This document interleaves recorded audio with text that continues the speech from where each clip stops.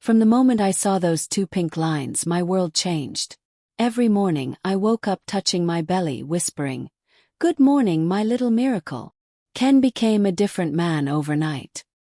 He'd wake up early to make me breakfast, ask what cravings I had, and check the fridge like a doctor checking vitals. When I teased him about it, he'd grin and say, "I've waited too long for this. I'm not taking chances." The first trimester was a mix of wonder and worry.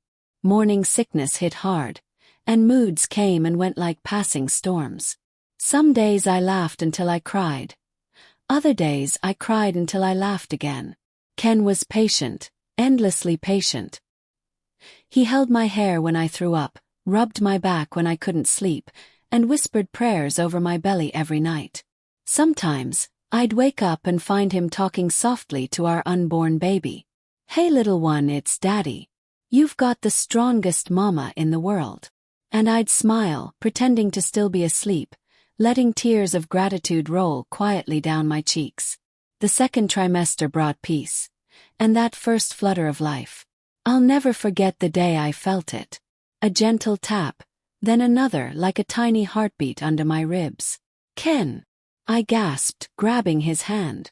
"I think the baby just moved." He froze, wide-eyed. "Are you serious?" I guided his hand over my belly, and a few seconds later, another soft flutter. His eyes filled with tears. "That's our baby," he whispered, voice trembling.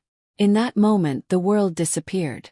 It was just us, and the miracle we had waited years for. As months passed, life became a rhythm of doctor visits, nursery preparations, and endless conversations about names. Ken liked Ethan if it was a boy, and I liked Amani if it was a girl. We never agreed, but we laughed about it every time. Our home was filled with baby clothes, tiny socks, lullabies playing softly in the evenings, and a kind of joy that made even the air feel alive. But pregnancy also came with its lessons. There were days when I was scared of change, of labor, of the unknown. I remember one night lying awake whispering, "God, I'm not sure I'm ready to be a mother."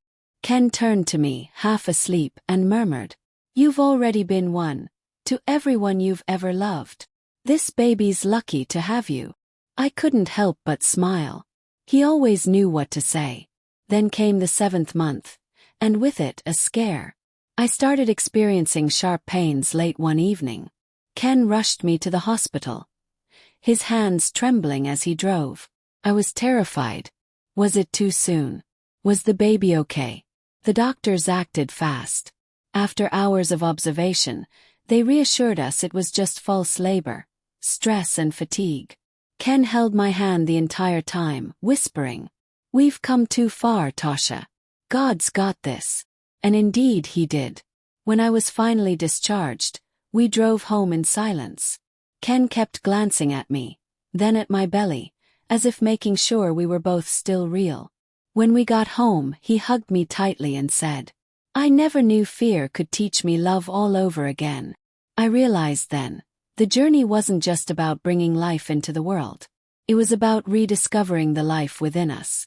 Every night after that, before we slept, Ken would lay his head on my belly and whisper, "We love you. Don't rush. We're waiting." And I'd smile because for once, waiting didn't hurt anymore. It was filled with faith, warmth, and the quiet joy of knowing love had truly come full circle.